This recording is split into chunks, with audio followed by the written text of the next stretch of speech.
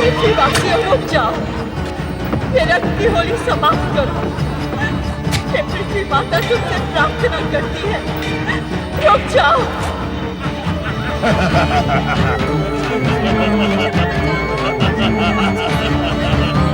चलाकर बंद कर दो, नीचे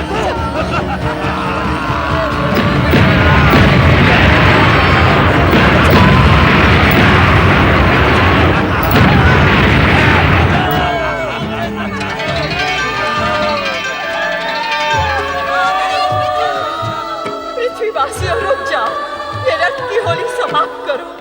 ये पृथ्वी माता तुमसे प्रार्थना करती है।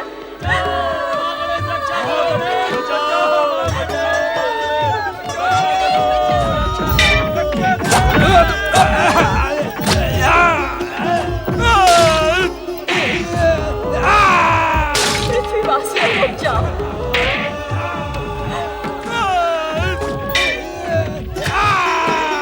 ये रक्त की होली समाप्त करो।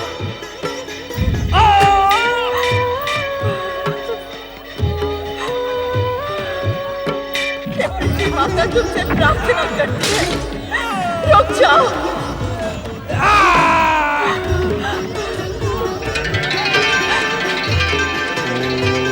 ओम महागणेशाय नमः।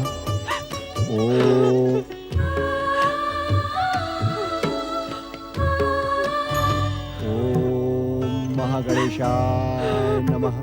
ओम महागणेशा। पृथ्वी माता, नारायण नारायण। पृथ्वी माता, आप इस प्रकार विलाप क्यों कर रही हैं? विलाप न करूं तो क्या करूं देवर्षि नारद। पृथ्वी लोक पर मानव के रक्त के प्यासे हो गए हैं। अन्न और भोज्य पदार्थ के अभाव के कारण मानव भक्षी हो गए हैं।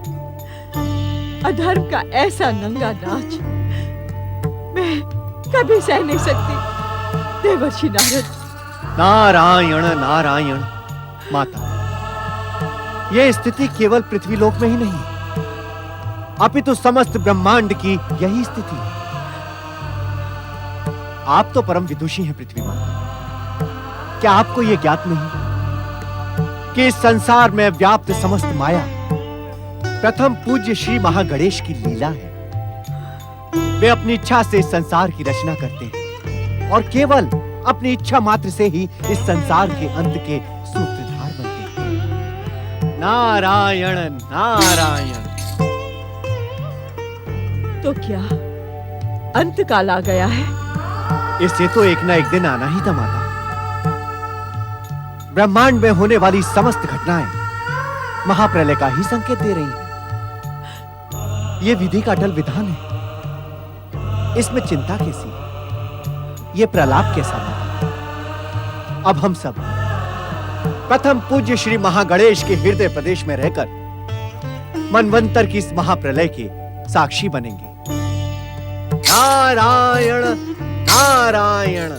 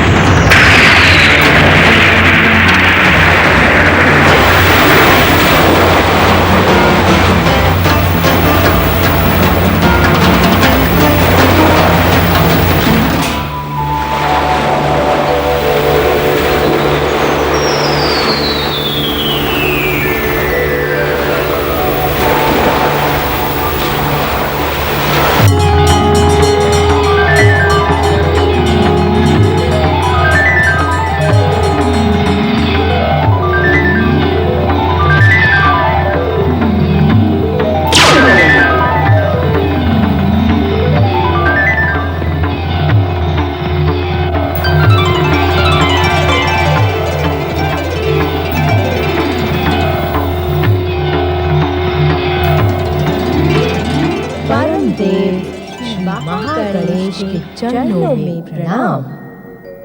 मैं भक्ति हूँ, संपूर्ण भगवान परम देव श्री महागणेश के हृदय प्रदेश में निवास करने वाली भक्ति।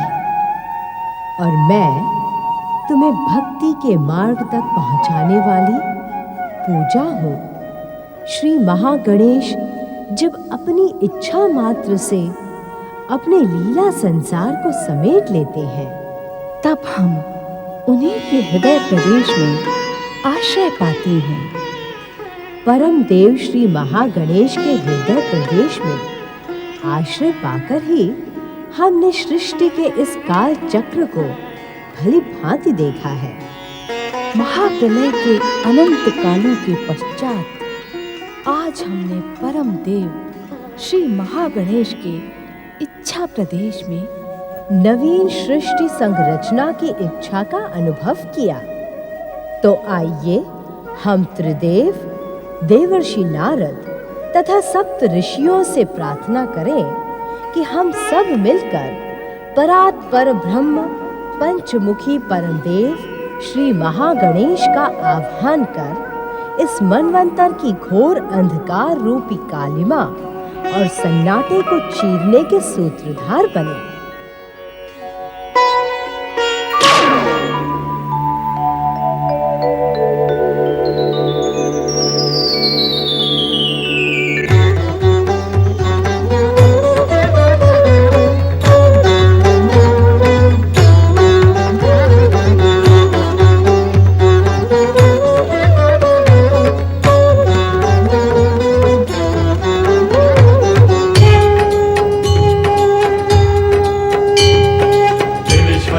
महाबलाय महागणेश, विश्वमुखाय महाविक्टाय महागणेश।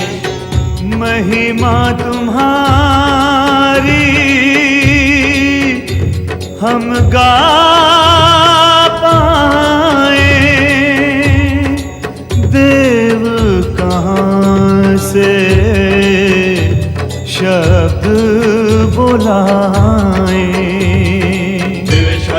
महाबलाय महागणेश, विश्वमुखाय महाविक्टाय महागणेश। महिमा तुम्हारी हम गा पाए, देव कहाँ से शब्द बुलाए।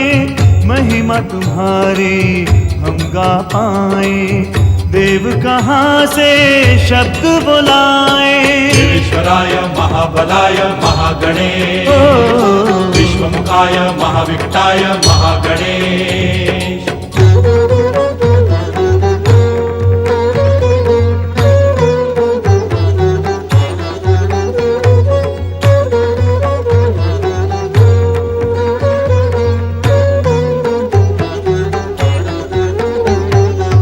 वाणी के स्वर तो क्या है, मौन भी तुमको पुकारे। खट खट वासे भवन तुम्हारा, आके पवन बुहारे। सूर्य चंद्रमा तिलक लगाए, हो सूर्य चंद्रमा तिलक लगाए। सागर चरण पखारे। ईश्वराय महाबलाय महागणेश, विश्वमुखाय महाविक्टाय महागणेश।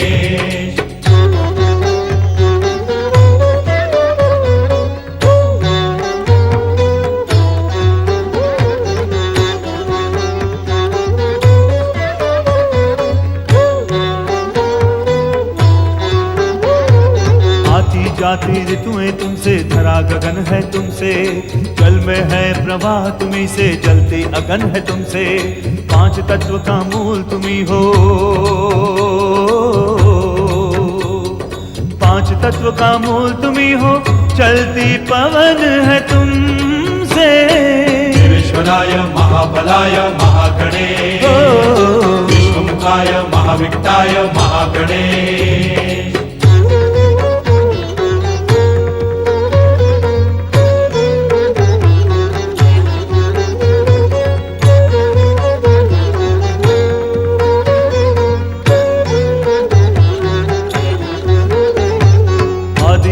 आरंभ तुम्ही हो, तुम्ही समय हो दाता।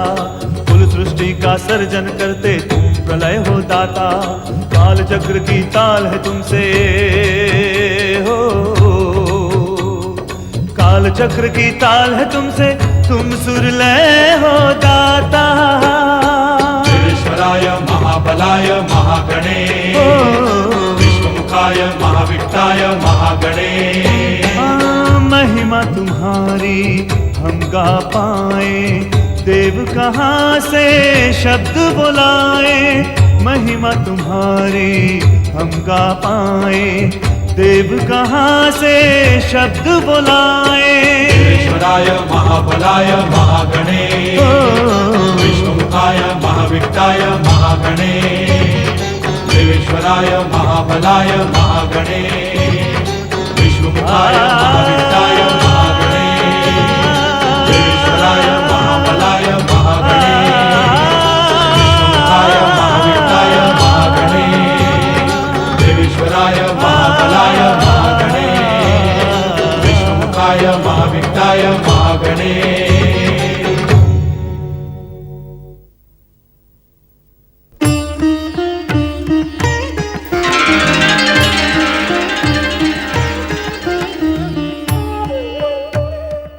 हे मेरी इच्छा से उत्पन्न हुए इस संसार में आश्रय पाने वाले प्राणियों, तुम्हारा ये संसार मेरी लीला मात्र है। मैं ही इस संसार का आदि, मध्य तथा अंत से रहित प्रथम पुरुष पुरुषोत्तम, प्रथम पूज्यवर महागणेश हूं।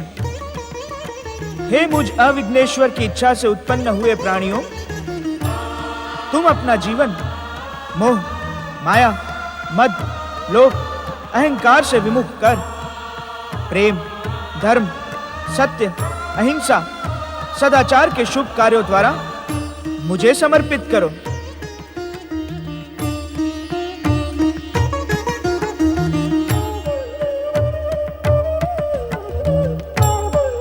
प्रथम पूज्य श्री महागणेश की, परमदेव श्री महागणेश की, विघ्नेश्वर श्री महागणेश की, प्रथम पूज्य श्री महागणेश की, परमदेव श्री महागणेश की, विघ्नेश्वर श्री महागणेश की, प्रथम पूज्य श्री महागणेश की, परमदेव श्री महागणेश की। परमदेव श्री महागणेश की कृपा से इस नवीन मनवंतर का प्रारंभ हुआ। परम देव श्री महागणेश की इच्छा मात्र से उत्पन्न इस नवीन संसार में नवीन श्री महागणेश लीला का उदय हो रहा है। परम ज्ञानी, परम विद्वान, सृष्टि के रचनाकार ब्रह्मदेव का मन अभिमान से उत्तेजित हो रहा है।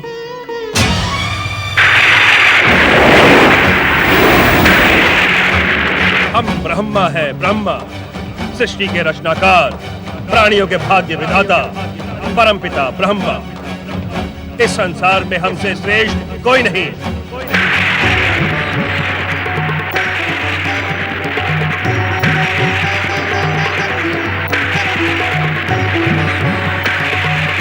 इस संसार में हमसे श्रेष्ठ कोई नहीं।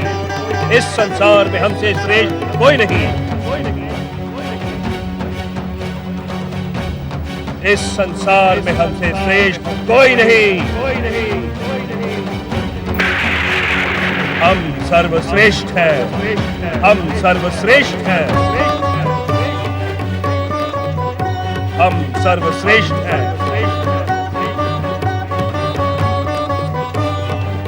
हम सर्वपूज्य हैं। सर्वपूज्य हैं। सर्वपूज्य हैं। ये संसार हमने अपनी इच्छा शक्ति से प्रकट किया है। अहम ब्रह्मस्मि।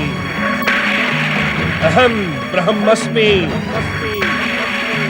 अहम ब्रह्मस्मि। अहम ब्रह्मस्मि। सृष्टि के रचनाकार ब्रह्मदेव का अहंकार अनुचित है।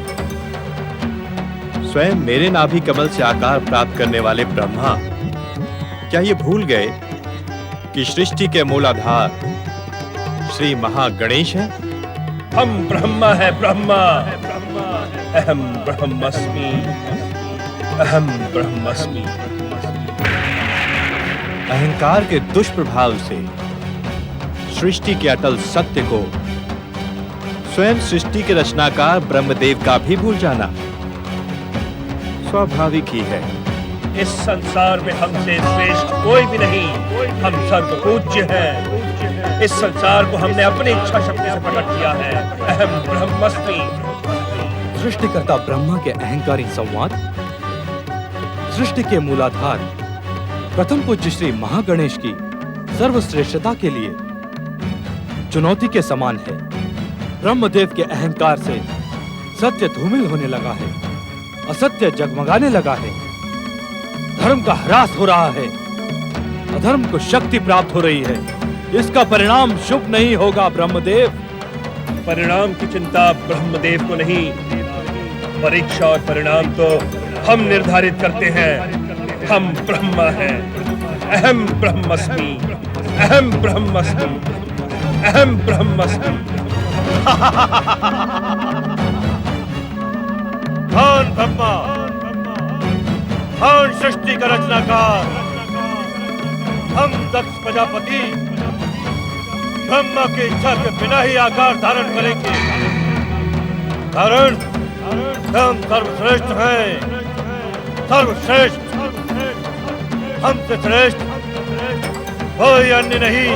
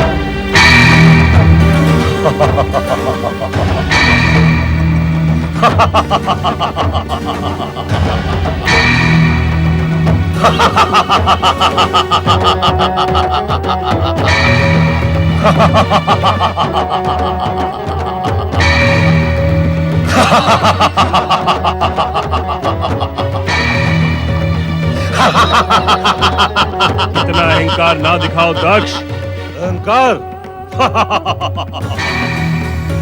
अहंकार तो अब हमारा स्वभाव है ब्रह्मदेव, कारण कि हम आपके शरीर में उत्पन्न अहंकार के विस्फोट से ही उत्पन्न हुए हैं। इसी कारण तो तुम हमारे पुत्र के समान हुए दक्ष। तुम हमसे श्रेष्ठ कैसे हो सकते हो? अहंकार का ऐसा ही स्वभाव होता है।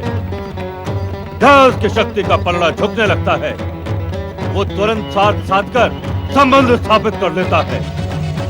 ऐसे समय आप पिता और पुत्र के संबंध का उल्लेख कर स्वयं को सर्वश्रेष्ठ बता रहे हैं।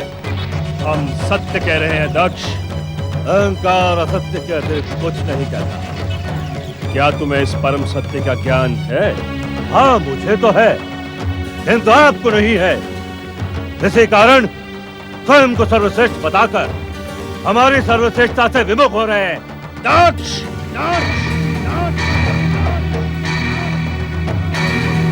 उत्तेजित न हो ब्रह्मदेव।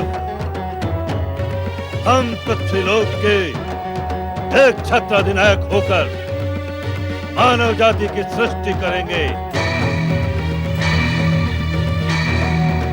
और हमारी सृष्टि आपकी सृष्टि से श्रेष्ठ होगी। श्रेष्ठ।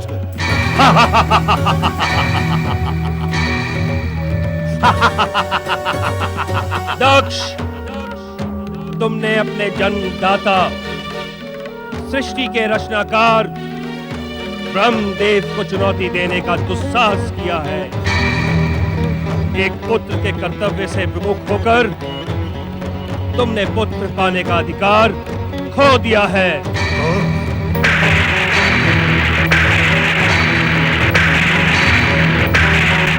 इस कारण सदा सदा के लिए तुम पुत्र के सुख से वंचित रहोगे।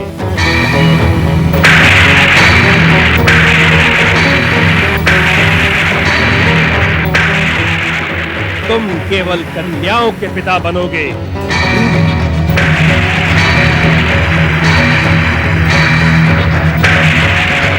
जो तुम्हारे जीवन के लिए, तुम्हारे अहंकार के लिए संकट का कारण बनेंगी।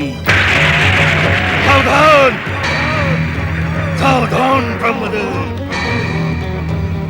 आपने दक्ष प्रजापति को श्राप देने का दुस्साहस कर अपने अनिष्ट को निमंत्रण दिया है, अनिष्ट को निमंत्रण दिया है। दक्ष प्रजापति, आपको श्राप देता हूं।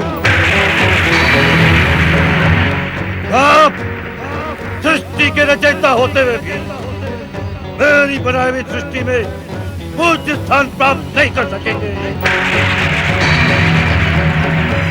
कोई भी पृथ्वीवासी आपकी पूजा कर सुखी नहीं होगा।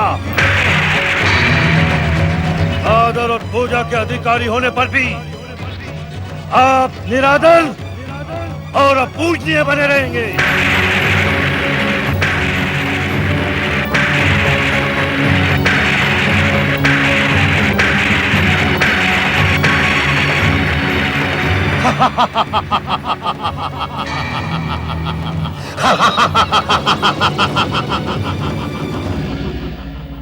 नारायण नारायण। अपने मानस पिता ब्रह्मदेव का अभिमान और भैया दक्ष का प्रतिशोध देखकर निरंतर श्री हरि की भक्ति में लगा मेरा ये मन और अधिक व्याकुल हो गया है। जिज्ञासा की उद्विग्नता बढ़ती ही जा रही है, किंतु श्री महागणेश के अतिरिक्त इस नारद की जिज्ञासा का शमन और कौन करेगा? किंतु मैं श्री महागणेश को कहां ढूंढूं? वे तो केवल अपनी कृपा से ही अपने भक्तों को दर्शनों का लाभ प्रदान करते हैं।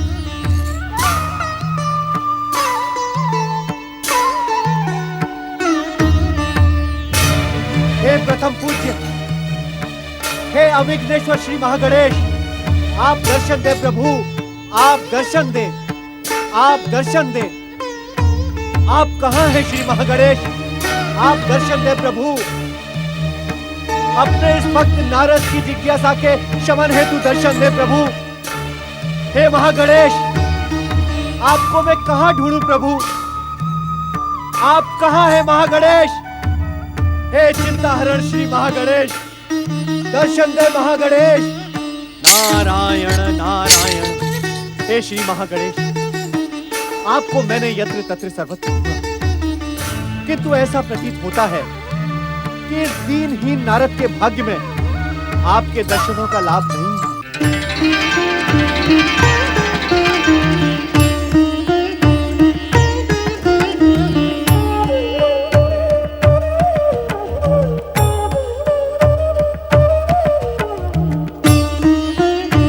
स्वामी श्री महागणेश, इतने अधिक व्याकुल होकर हमें क्यों पुकार रहे हो देवर्षि नारद? हे प्रभु, हे प्रभु, मैं धन्य हो गया। आपने अपने इस भक्त को दर्शन देकर अपने इस भक्त की लाज रख ली प्रभु। सच्चे मन से पुकारने वालों को दर्शन देना हमारा कर्तव्य है देवर्षि। हे श्री महागणेश, आप मुझे तनिक ये तो बताएं कि अपने इस भक्त के साथ में ये अन्याय क्यों? अन्याय? हाँ प्रभु, ये अन्याय ही तो है। आपकी कृपा से ये नारद 14 भुवनों में ये रोक टोक आ जा सकता है, किंतु आपके लोक में मेरा तो कोई लोक ही नहीं है नारद। अर्थात प्रभु? अर्थात यदि मैं स्वयं लोक बनाकर रहने लगा तो संसार के लोक निर्माण के कार्य का क्या होगा? नारायण नारायण। प्रभु, इतना तो बताएं कि यदि आपके भक्त आपके दर्शन करना चाहें तो आपको कहां ढूंढें? मुझे ढूंढने के लिए कहीं जाने की आवश्यकता नहीं है देवर्षि नारद। मैं तो इस सृष्टि के कण कण में विद्यमान हूँ। जहाँ मुझे सच्चे मन से पुकारोगे वहीं मैं प्रकट हो जाऊंगा। जय जय श्री महागणेश। नारद, सृष्टि के कर्ता ब्रह्मदेव तथा दक्ष प्रजापति के अहंकार की भीषण टक्कर देख तुम इतने व्याकुल तथा उद्विग्न क्यों हो रहे हो? हे श्री महागणेश, नारद की उद्विग्नता और व्याकुलता का कारण है उसकी जिज्ञासा। कृपा कर इतना तो बताएं कि इन अभिमानों की भयंकर टक्कर का परिणाम क्या होगा? दक्ष का अभिमान ही उसकी दुर्दशा का कारण बनेगा नारद। जय जय श्री महागणेश। और मेरे मानस पिता ब्रह्मदेव के अहंकार का परिणाम क्या होगा प्रभु? ब्रह्मदेव के अहंकार का परिणाम स्वयं दक्ष ने घोषित कर दिया है नारद। वे उस पूजनीय पद के अधिकारी नहीं होंगे जो भगवान विष्णु तथा भगवान शिव को प्राप्त होगा। ब्रह्मदेव पूजनीय तथा त्रिदेवों में से एक होने पर भी वे पूजा के अधिकारी नहीं होंगे।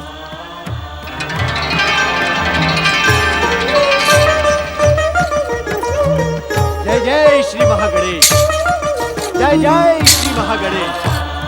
नारायण नारायण।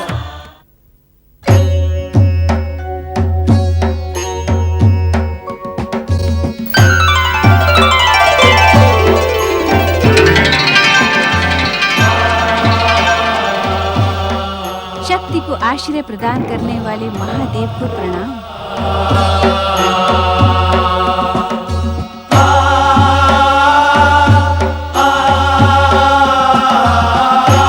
महादेवी शक्ति, आप तो सदा सदा हमारे अस्तित्व में ही समाई रहती हैं। हाँ स्वामी, संसार की शक्ति का आश्रय तो आप ही हैं। शिव आपका आश्रय है अथवा स्वयं आपसे आश्रय पाता है, ये चिंतन का विषय है, क्योंकि शक्ति के बिना शिव भी शव है। कहें, इस समय प्रकट होने का उद्देश्य क्या है? मानवीय स्वरूप में जन्म लेने की आकांक्षा के कारण ही मैं आपके सन्मुख प्रकट हुई हूँ। मानवीय जीवन प्राप्त करना अत्यंत ही सौभाग्य की आकांक्षा है, परंतु मानवीय जीवन में सुख के साथ दुख भी समान रूप से उपस्थित रहता है। पति रूप में आपको पाकर आपकी सेवा करने का महान सुख प्राप्त करने की आकांक्षा में शक्ति के लिए संसार का हर दुख सुख बन जाए। अर्थात आपका मन मातृत्व का सुख प्राप्त करने को लालायित है।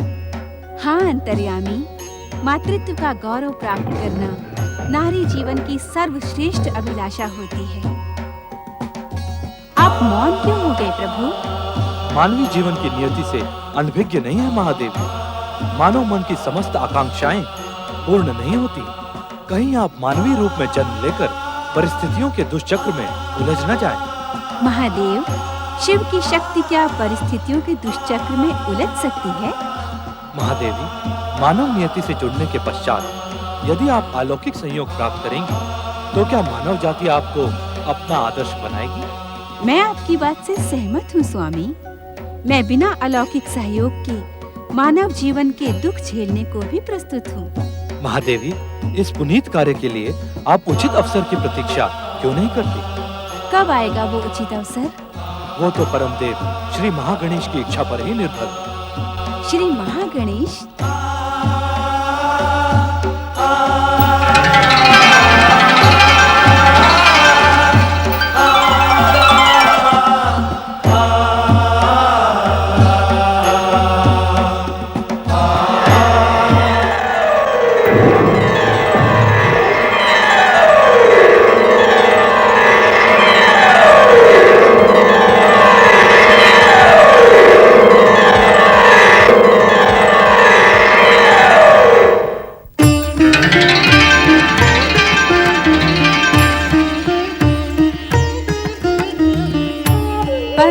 श्री महागणेश को शक्ति का प्रणाम।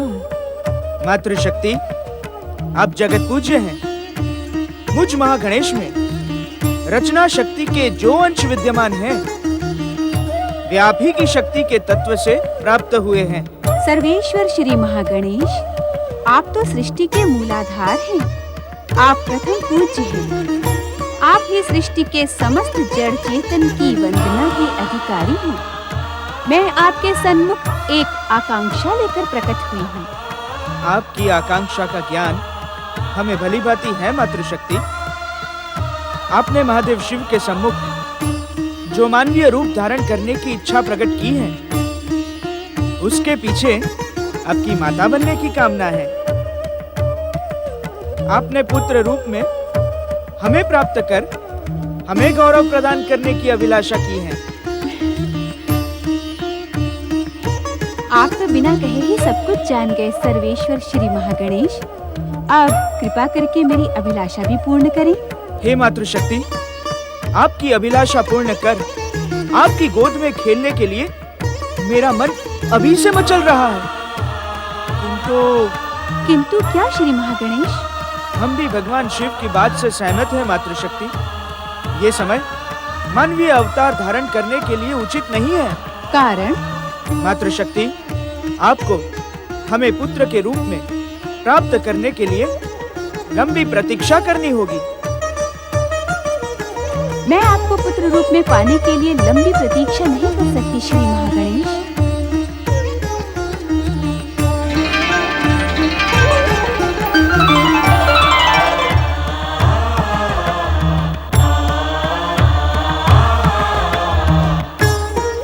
समय के साथ अपने कथन को सिद्ध करते हुए परमपिता ब्रह्मा के पुत्र दक्ष ने संपूर्ण पृथ्वी लोक पर अपना आधिपत्य स्थापित किया। परम पिता ब्रह्मपुत्र दक्ष का अहंकार अब पृथ्वी सम्राट दक्ष प्रजापति के संबोधन से संतुष्ट होने लगा। पृथ्वी सम्राट दक्ष प्रजापति को एक दिन परम पिता ब्रह्मा स्वयं उसके विवाह का परामर्श देने दक्ष महल पधारे। आपका धैर्य भी प्रशंसनीय है परमपिता।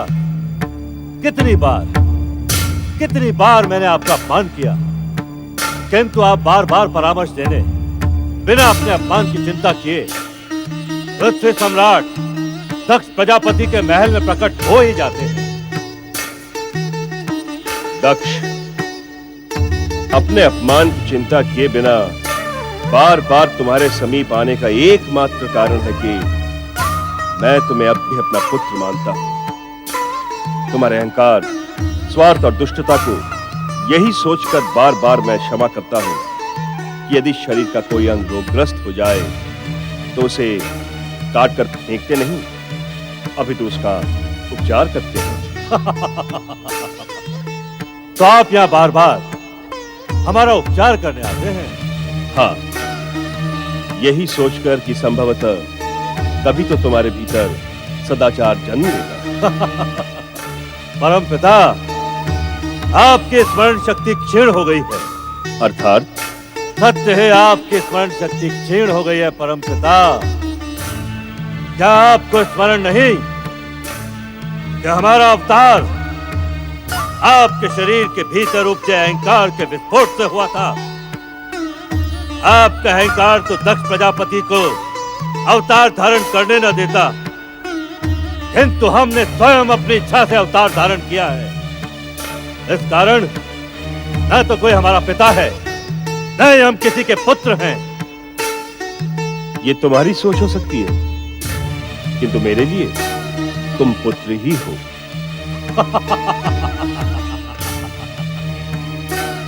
आश्चर्य है कि श्रापित होकर भी आपका स्वार्थ और स्वाभिमान नष्ट नहीं हुआ। दक्ष प्रजापति से संबंध जोड़ने का एक भी अवसर मिलने पर आप कदाचित नहीं चूकते हैं। दक्ष, मैं जानता हूं कि जन्म लेने के पश्चात तुमने मुझे अपूजनीय होने का श्राप दिया था, किंतु वो श्राप मेरे लिए श्राप नहीं, वरदान सिद्ध हुआ। वरदान? तुम्हारा चकित होना स्वाभाविक ही है दक्ष, क्योंकि आज तक जिस श्राप के कारण तुम्हारा अहंकार संतुष्ट होता था, आज वो मिथ्या प्रमाणित हो रहा है। कारण जानने के इच्छुक हो? अवश्य अवश्य। प्रजापति दक्ष अवश्य वो कारण जानने के इच्छुक है ब्रह्मदेव। यह उनका श्राप वरदान कैसे हो गया? क्योंकि पूजा में प्रशंसा और समर्पण का भाव सबसे अधिक होता है, और प्रशंसा और समर्पण के भाव से ही अहंकार को संतुष्टि मिलती है। और तुम्हारे ही श्राप के कारण कोई पृथ्वीवासी मेरी पूजा नहीं करता, जिससे मेरा अहंकार सदा शांत रहता है। इसी कारण तुम्हारा श्राप मेरे लिए वरदान सिद्ध हुआ। अर्थात अनजाने ही दक्ष प्रजापति ने आप पर महान उपकार किया है। निसंदेह परमपिता, आज के पूर्व आपका आगमन सदा मेरी उत्तेजना का कारण बनता था, परंतु आज आपके मुख से सत्य सुनकर हम प्रसन्न हुए। पृथ्वी सम्राट दक्ष प्रजापति के दर्शनों की इच्छा आपके मन में क्यों जागी? दक्ष, अब वो समय आ गया जब किसी श्रेष्ठ परिवार में तुम्हारा विवाह संबंध स्थापित कर दिया जाए। इस पृथ्वीलोक पर तो कोई ऐसा श्रेष्ठ परिवार पृथ्वी सम्राट दक्ष प्रजापति को दिखाई नहीं देता। पृथ्वी लोक पर जन्म लेने वाले हर प्राणी का भविष्य नियंता की लेखनी से उसके जन्म के साथ ही लिख दिया जाता है, और तुम्हारा विवाह प्रजापति वीरण की सौभाग्यवती, सुशील और रूपवती कन्या वीरनी के साथ होना निश्चित है। प्रजापति वीरण? इस नाम का तो कोई प्रजापति पृथ्वीलोक पर नहीं है। कौन है यह प्रजापति वीरण? तुम्हारी भांति मैं तुमसे ये नहीं कहूंगा कि तुम्हारी स्मरण शक्ति क्षीण हो गई, किंतु क्या वास्तव में तुम सप्तद्वीप के वीरध्वज प्रदेश के प्रजापति वीरण को नहीं जानते? हम जानने के इच्छुक भी नहीं है ब्रह्मदेव। वो सप्तद्वीप हो अथवा सिंधु द्वीप, हर प्रजापति को अपनी सुरक्षा के लिए पृथ्वी सम्राट प्रजापति दक्ष को एक निर्धारित शुल्क देकर संतुष्ट करना पड़ता है, और हम तब तक उस प्रजापति का नाम जानने के इच्छुक नहीं हैं जब तक कि वो हमारे सम्मान में त्रुटि नहीं करता। वीरन के स्वभाव से मैं भलीभांति परिचित हूं दक्ष। वो तुम्हारे तो क्या, किसी के भी सम्मान में त्रुटि नहीं करता। इसी कारण मेरा परामर्श है कि तुम प्रजापति वीरन की कन्या से अपने विवाह की स्वीकृति दे दो। हमारी स्वीकृति से पूर्व आप वीरण से कहें कि वो कन्यादान के लिए हमारी सेवा में उपस्थित होकर हमें अपनी प्रार्थना करके प्रसन्न करें।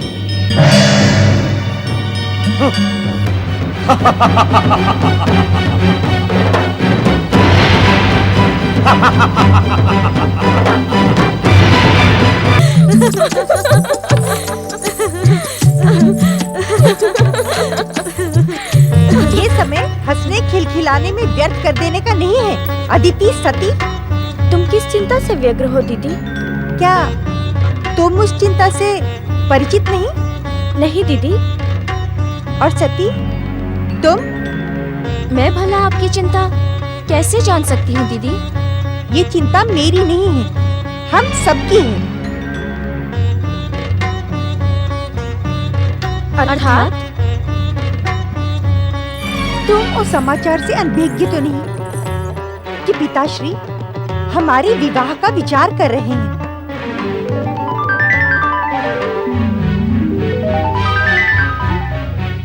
भीरू स्त्रियों की भांति लज्जा करने की आवश्यकता नहीं है।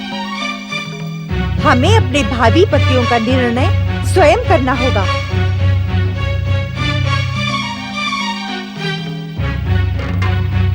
आप उचित नहीं कह रही हैं दीदी। क्या कहने की इच्छुक हो तुम अदिति? यही कि इस विषय में हमें सोचने की क्या आवश्यकता है दीदी। हमारे माता पिता हमारे शुभचिंतक हैं, वे हमारे लिए योग्य वरों का ही चयन करेंगे। तुम्हें अपनी बहन कहते हुए मुझे लज्जा का अनुभव हो रहा है अदिति। हमारे स्वाभिमानी और महान पिता दक्ष प्रजापति का तनिक भी अभिमान तुम में नहीं है। चकित होने की आवश्यकता नहीं है। तुम्हारी संकेतों की भाषा हम समझ नहीं पा रहे हैं दीदी। यदि संकेतों की भाषा समझ नहीं पा रही हो तो मैं सरल भाषा में कहती हूँ। क्या तुम दोनों अपने आप को माता पिता की इच्छा के सम्मुख समर्पित कर देने की इच्छुक हो?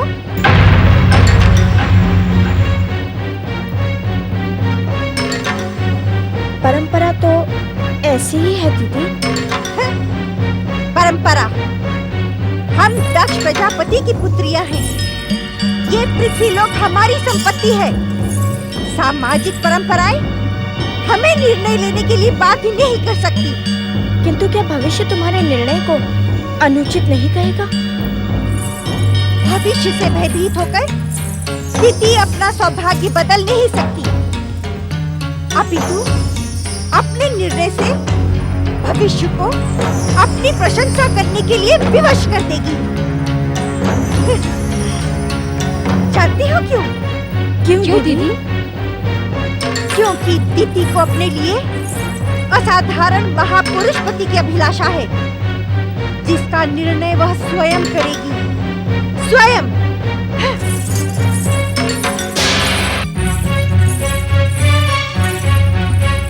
हमारी दीदी हमारे पिता के समान ही अहंकारी हैं।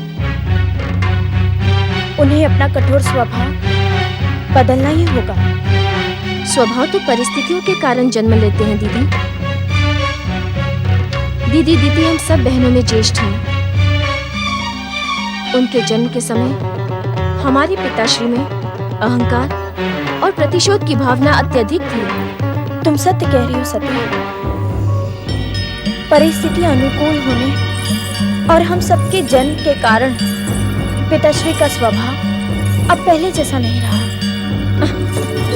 जिसका प्रभाव हम सब पर पड़ा। एक बात पूछूं सती? पूछो ना दीदी। सत्य कहेगी? असत्य क्या होता है ये तो तुम्हारी बहन जानती भी नहीं दीदी। पति के विषय में तेरा क्या विचार है सती? आहो दीदी आहो। क्या हुआ सती? उनका स्मरण करवाकर तुमने मेरे मन को उनकी दिव्य भक्ति से भाव विभोर करा दिया है दीदी। आहो दीदी आहो। उनका स्मरण करवाने के कारण मैं तुम्हारी ऋणी हो गई हूँ। किंतु वे हैं कौन? जन्म जन्मांतर से मुझे आश्रय प्रदान करने वाले मेरे पति परमेश्वर महादेव शिव हैं दीदी। उनके अतिरिक्त मैं किसी और के विषय में विचार भी नहीं कर सकती। किंतु माता पिता ने इसके विपरीत निर्णय लिया तो? निश्चिंत रहो दीदी। श्री महागणेश की लीला और महादेव शिव की इच्छा के कारण माता पिता महादेव को ही मेरा कन्यादान करने के लिए विवश हो जाएंगे।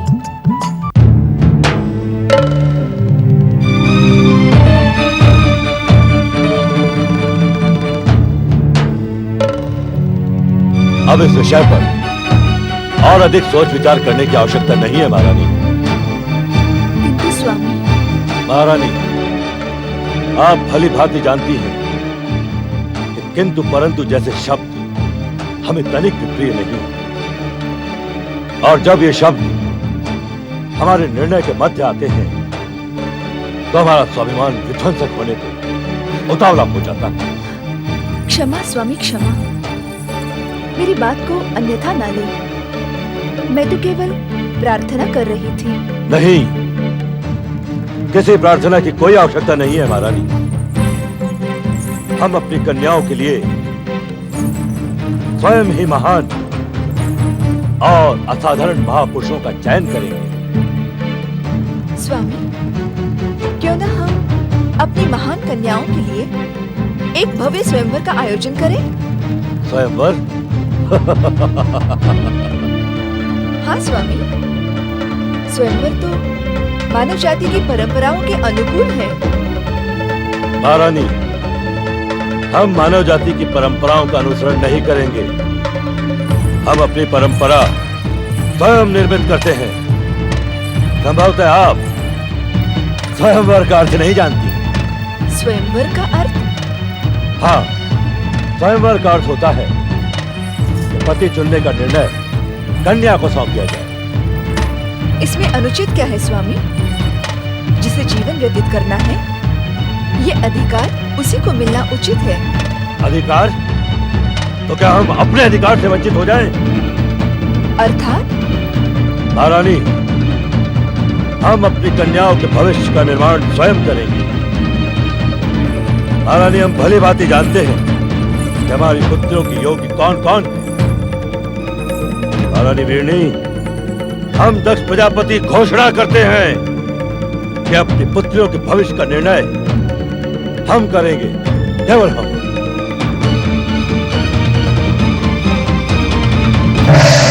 दक्ष, ब्रह्मदेव, आप इस समय यहाँ? पुत्र, तुम्हें चिंता मुक्त करने के उद्देश्य से ही मैं यहाँ प्रकट हुआ हूँ। चिंता? दक्ष प्रजापति को चिंता? इस पृथ्वीलोक के एकमात्र प्रजापति दक्ष प्रजापति को चिंता? ब्रह्मदेव, जिस दिन चिंता को अपने अस्तित्व से मोह समाप्त हो जाएगा, उस दिन वो दक्ष प्रजापति की ओर आंख उठाकर देखने का भी तो साहस करेगी। स्वामी, परमपिता ब्रह्मा जी परम आदरणीय हैं। वे किस उद्देश्य से यहाँ पधारे हैं, आप सुन तो ले। हम भली भांति जानते हैं कि कौन कितना आदरणीय है। किस उद्देश्य से आए हैं आप यहाँ? पुत्र दक्ष, तुम्हारी पुत्री और हमारी पौत्री प्रिय सती का विवाह महादेव शिव से पूर्व निश्चित है।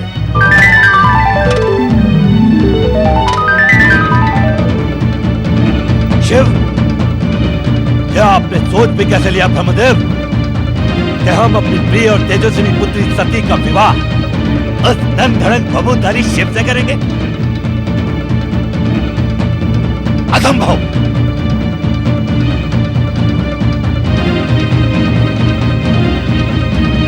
दक्ष, संभवतः तुम महादेव शिव की महानता से अपरिचित हो, इसी कारण तुम उनके प्रति अपमानजनक शब्दों का प्रयोग कर रहे हो। प्रजापति दक्ष अपनी महानता के अतिरिक्त किसी अन्य की महानता को जानने का इच्छुक भी नहीं है ब्रह्मदेव। तुम्हें परामर्श देना हमारा कर्तव्य था। आपको परामर्श देने के लिए हमने आमंत्रित नहीं किया था। तुम आमंत्रित करो अथवा ना करो, किंतु ब्रह्म वाक्य अटल है। तुम्हारी पुत्री सती शिव संगिनी शक्ति का मानवीय अवतार है। ये तो संयोग मात्र है कि मातृ शक्ति ने तुम्हारी पुत्री के रूप में जन्म लेकर तुम्हें कृतार्थ किया है।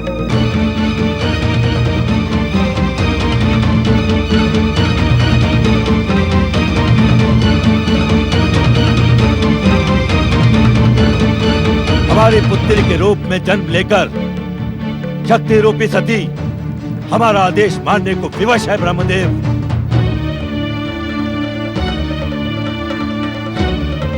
और हमारा आदेश है कि सती का विवाह उस नंग धड़म बबूधारी शिव से कदापि नहीं होगा, कदापि नहीं।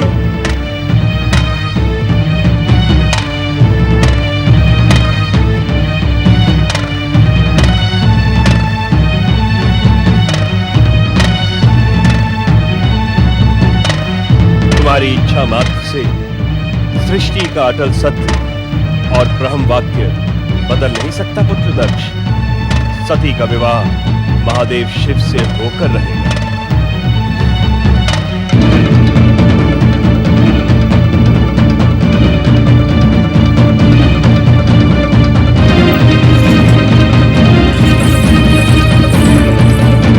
असंभव। पिताश्री के दृढ़ निश्चय से तो ऐसा प्रतीत होता है कि वे तुम्हारी मनोकामना किसी भी मूल्य पर पूर्ण नहीं होने देंगे। पिताश्री के निर्णय से अधिक प्रभावी होगी शिव इच्छा। पिताश्री कुछ भी कर लें, परंतु सती का आश्रय शिव के अतिरिक्त अन्य कोई भी नहीं हो सकता।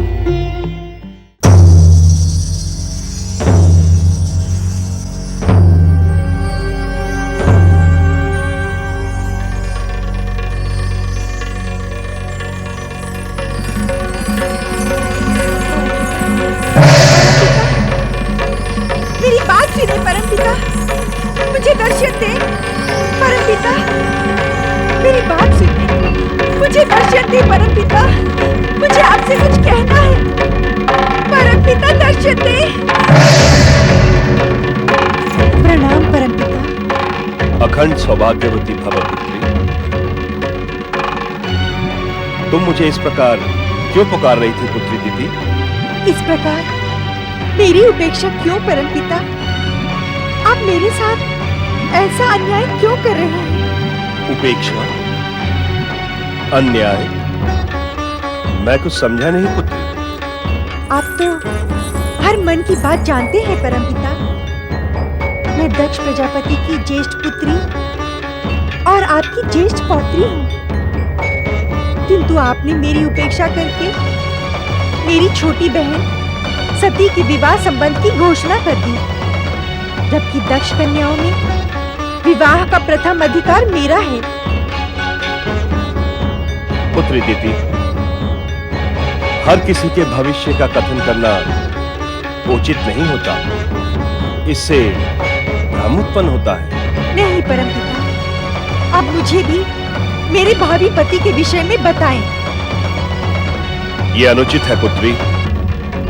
ब्रह्मवाक्य अटल सत्य होता है परमपिता, वह अनुचित कैसे हो सकता है? आप मेरे आग्रह की उपेक्षा न करें, मुझे बताएं कि मेरा पति कौन होगा। तुम्हारा ही नहीं, अदिति आदि प्रजापति दक्ष की कुल 13 कन्याओं का विवाह कश्यप ऋषि के साथ होगा। ये आप क्या कह रहे हैं परमपिता? मैं इस अन्याय को कदापि स्वीकार नहीं करूंगी। क्या कहने की इच्छुक हो तुम? मेरे पति पर केवल मेरा अधिकार होगा। मैं किसी अन्य का हस्तक्षेप कदापि स्वीकार नहीं करूंगी। अपने पिता दक्ष के समान तुम्हारा स्वभाव भी हठी है, किंतु प्राणी लोक का हर प्राणी नियति के आगे विवश है। अर्थात? जिस प्रकार तुम्हारी बहन सती का भविष्य महादेव शिव से जुड़ा है, उसी प्रकार तुम 13 बहनों का भाग्य कश्यप ऋषि से जुड़ा है। मैं इस अटल नियति को पलट दूंगी, इसे कदापि स्वीकार नहीं करूंगी। कठोर से कठोर हठ साध कर भी तुम इस अटल नियति को बदल नहीं सकते। आप इस सत्य से भली भांति परिचित हैं परमपिता कि मैं अपने पिता दक्ष के समान ही हठी स्वभाव की हूँ। नियंता की नियति को मैं अपने हाथ से बदलने पर विवश न कर दूं, तो मेरा नाम भी दक्ष पुत्री दिति नहीं है। दिति, तुम मेरी ज्येष्ठ पौत्री हो। ऐसा कुछ न करना जिससे तुम्हारा सौभाग्य ही संकट में पड़ जाए। दिति का सौभाग्य कदापि संकट में नहीं पड़ेगा परमपिता, अपितु दिति के सौभाग्य में हस्तक्षेप करने वाले का सौभाग्य निश्चित ही दुर्भाग्य में बदल जाएगा। मैं उसे भी नियति का निर्णय ही मानूंगा।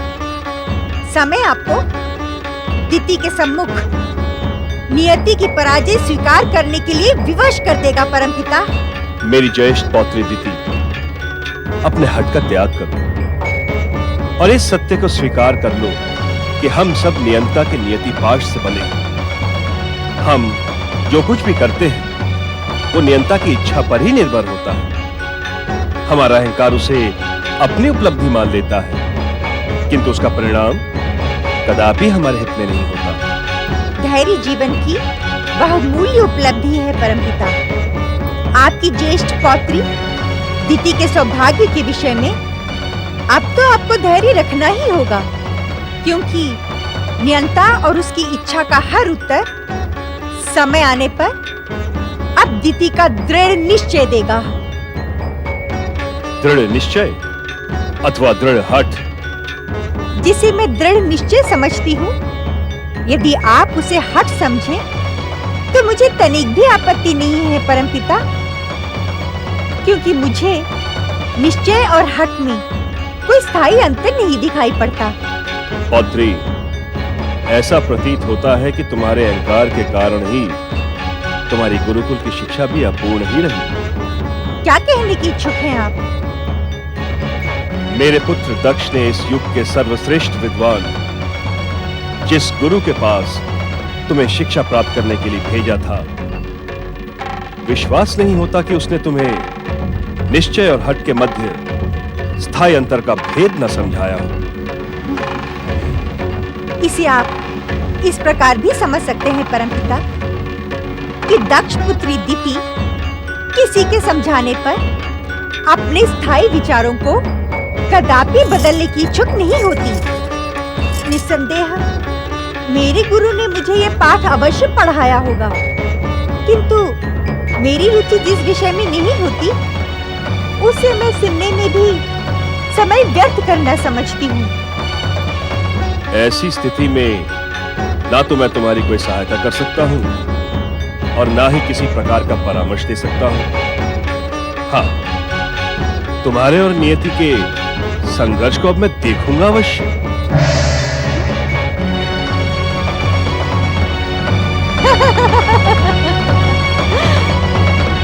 अवश्य देखना परमपिता, अवश्य। नीति और नियति के रोमांचक संघर्ष में अब विजय किसी की ही होगी।